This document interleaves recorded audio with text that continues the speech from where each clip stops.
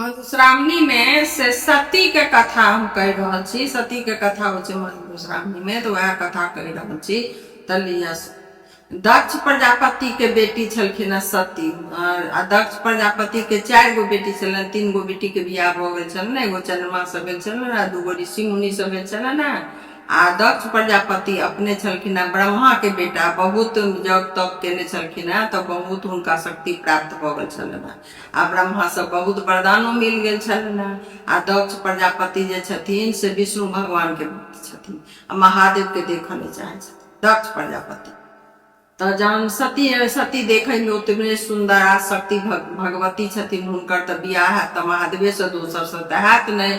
आ दक्ष प्रजापति चाहे छलखिन कि हुनकर बियाह महादेव से करबे नहीं करब, तें लऽ कऽ बहुत लड़का खोजलखिन, नहीं भेलै।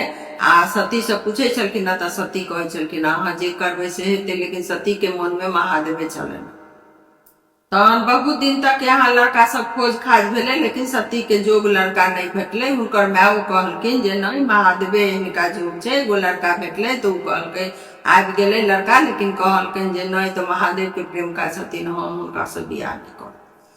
तहन लास्ट में से अब हुनकर माय छलखिन से सती के माय से कहलखिन से नहीं से आब अहाँ सती के कते दिन कुमार रखबै, तो महादेवे से बियाह करू। रुष्ट मोहन से महादेवे से फिर बियाह भेले। बहिन सब से वो चाहे छलन, बहनोइयो चाहे छलन, सब चाहे छले, जते देवता पितर छथिन सब चाहे छलखिन सती छथिन तो हिनका तो बियाह महादेवे से हैत।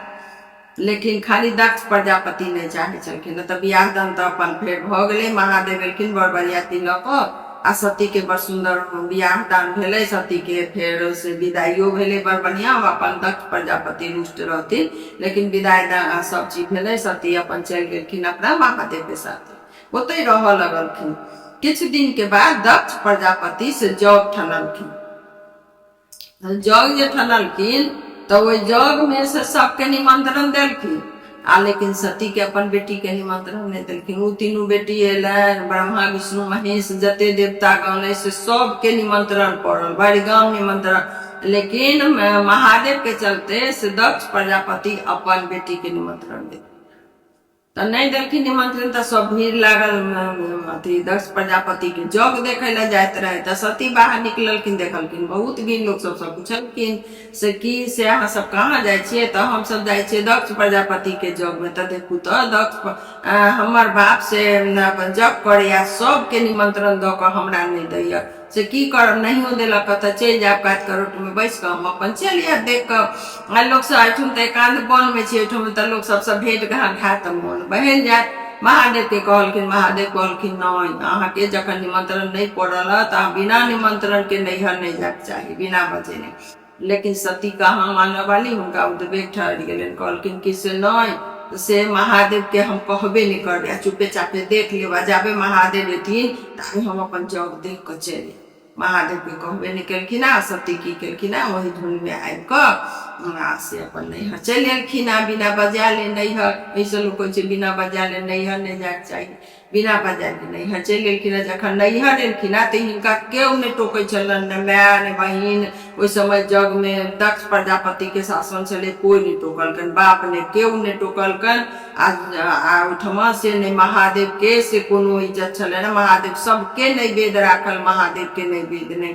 सती जे छथिन ई देखलखिन तो सती के एकदम करेजा फाटि गेलन कि देखू तो हमरे बाप हमरा निमंत्रण नहीं देलक, हमर आब तो हमर अथी प्राण भ गेल, अथी पति भ गेल हमर से महादेव। तो एक तरफ हमर पिता छथि दक्ष प्रजापति, एक तरफ छथि हमर पति महादेव। लेकिन अब शादी भेला के बाद तहन तो हमरा महादेव के केओ किछ करथिन, तखन तो हमरा तकलीफ हैत।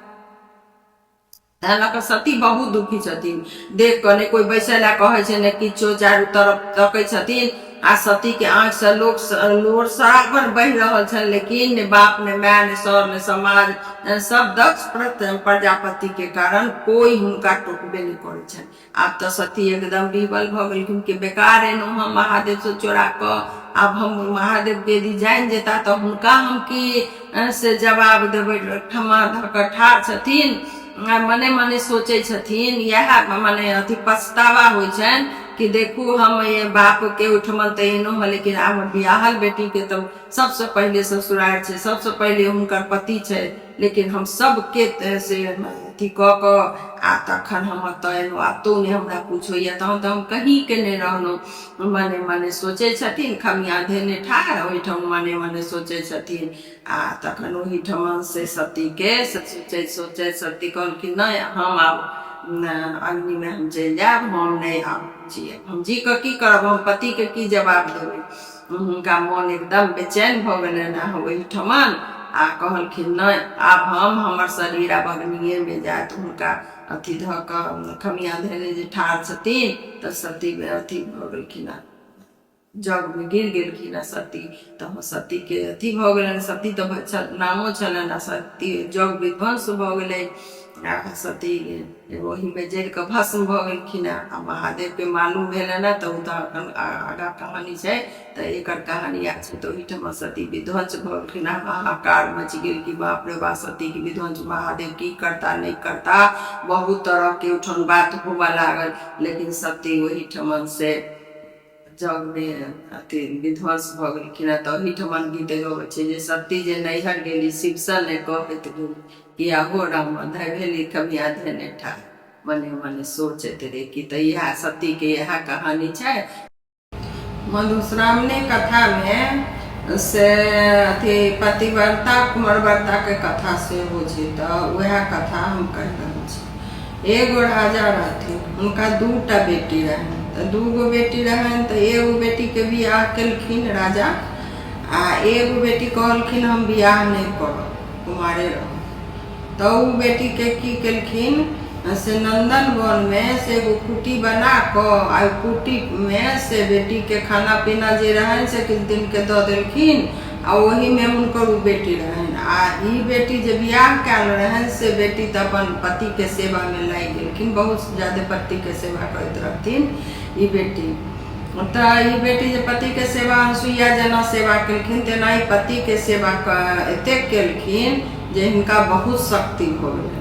तो एक दिन की भेलै, नंदन वन में जो हुनकर बहिन जे कुमार रहथिन, वो बहिन वही गांव में से नंदन वने में आगि लागि गेलै, भयंकर आगि लागि गेलै। तो ई पतिव्रता जे रहथिन से बहिन के घर बाँच जाए ताहि के लेल से तुलसी के बेर दैत रहथिन, तुलसी में जल दैत रहथिन, बेर दैत रहथिन। वही समय में एगो से भिख मंगा चलि गेलखिन। वो भिख मंगा पहले एक गो गाछ के लग, पहले एगो गाछ के नीचा में बैसलखिन छाँव में। तो बैसलखिन नहीं तो वो बहुत वो रहथिन तांत्रिक, बहुत तपस्वी वाला अथी रहथिन भिख मंगा, पंडित जी के भिख मंगा रहथिन।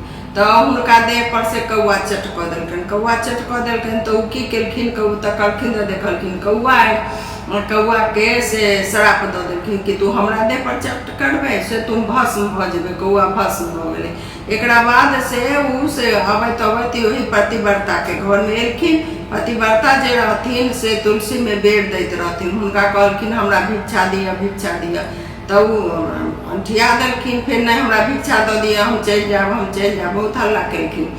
तो उ कहलखिन पतिव्रता से बेर में दैत रहथिन, अथी तुलसी में बेर दैत रहथिन, जल दैत रहथिन। तो उ कहलखिन कि नहीं, जब तक हम तुलसी हमर पूरा नहीं भ जाए तब तक हम अहाँ के अथी नहीं देब भीख। एहि दुआरे कि हमर ई जे हम अथी दै छी, बेर दै छी तुलसी में से हमर अधूरा रहि जायत। तो उ कहलखिन नहीं से हमरा पहले भीख दऽ दिअ तखन। तो कहलखिन नहीं, हमर बहिन के घर में आगि लागि गेला ताहि दुआरे हम बेर दै छी, ई बेर पूरा भ जाए तखन हम अहाँ के देब। तो उ बहुत तमसा गेलखिन जे भीख मांगे आयल रहथिन से बाबाजी। तो ई कहलखिन कि से हम उ आदमी नहीं छी कि अहाँ के देह पर से कौआ चट कऽ देलक, अहाँ कहलिए जे कौआ भस्म हो जाए। तो भस्म तो अहाँ हमरा जरा नहीं सकै छी, हम ई बेर दऽ देब तखन अहाँ के भिक्षा देब। बेर दऽ देलखिन, तहन भिक्षा देलखिन। भिखारी सोचलक जे एकरा नंदन वन में आगि लागि गेलै सेहो मालूम छै, आ एकरा हमरा देह पर चट केलक सेहो मालूम छै। तो की बात हमरा पता करक चाही, हिनका में कते शक्ति है। ई चलि गेलखिन भिख मंगा ओतऽ से अथी कुंवरव्रता के ओतऽ देखलखिन तो सही में नंदन वन में सबके घर जरि गेलै, हुनकर बहिन के घर से बाँचल रहे।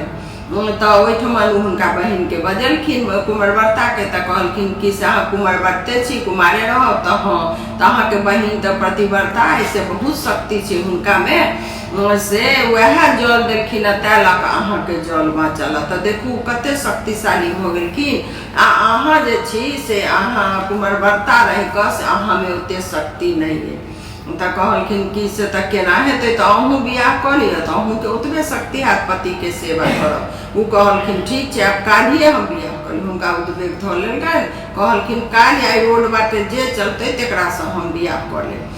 वो की केलखिन ओहि समय भोरे उठलखिन आ उठ कऽ से अपन गेट पर बैस गेलखिन। गेट पर बैस गेलखिन तो कहने रहथिन जे पहले जे जाए तो हम ओकरे से हम बियाह करब। तो उम्हर से एगो कुष्ठ रोगी वाला से अबैत रहे, बूढ़ वृद्धा भेल एकदम कुष्ठ पूरा देह में भेल। वह हिनका नजर पड़ल, हुनका बजेलखिन, कहलखिन की बात, तो कहलखिन हम अहाँ से शादी करत। कहलखिन कहाँ अहाँ राजकुमारी, कहाँ हमर कुष्ठ के भरि जन्म अहाँ के हमर सेवा करऽ पड़त, से अहाँ हमरा से शादी नहीं करू। नहीं तो हम कुमारव्रता कहलखिन हम तो प्रतिज्ञा कर लेना हम अहीं के से बियाह कराब, अहीं के हम सेवा करब। ठीक छै बियाह दान भऽ गेलै, पति कुमारव्रता पतिव्रता भऽ गेलखिन। पति के सेवा करैत करैत बहुत दिन जहन सेवा केलखिन तब जे कुष्ठ रोगी रहथिन से कहलखिन ए तो बहुत सेवा तो हमरा अहाँ केलहुँ, से आब हमरा से तीर्थ वर्त घुमा दिया, आपके हम जियब मरब से हमरा तीर्थ वर्त घुमा दिया। उ की केलखिन, कहलखिन चलू एगो ढाकी में लऽ कऽ आ चलि गेलखिन तीर्थ वर्त गंगा नहाय। और गंगा नहा जे गेलखिन न से ओहिठमन हुनका से अथी ठेस लागि गेलनि। ठेस जे लागि गेलनि आ चारू धाम करेलखिन, ठेस जे लागि गेलनि से उ ढाकी नीचा गिर गेलै। जहाँ ढाकी निकल नीचा गिरलै तो कुष्ठ रोगी वाला भऽ गेलखिन एकदम 16 साल माने नौजवान भऽ गेलखिन। देखऽ में खूब सुंदर, उ राजा रहथिन हुनका श्रापित रहनि ई चीज, ताहि दुआरे से हुनका ई रहनि भेल कुष्ठ भऽ गेल रहनि एकदम। तब कुमारव्रता से जे पतिव्रता भेल रहथिन से देखलखिन तो कहलखिन हमर पति कहाँ, पूरा खोजऽ लगलखिन। तब भवाक सनी हंसलखिन। राजकुमार कहलखिन हमरो अहाँ पतियों के चिन्हनाइ बिसरि गेलिए।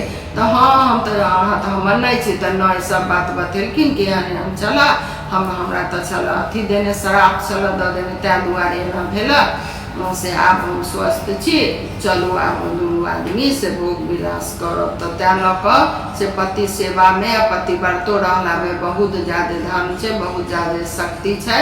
अनसुईया के अहिना शक्ति भेल रहे। तो हम गोर लगै छी, कथा में गलती भेल है।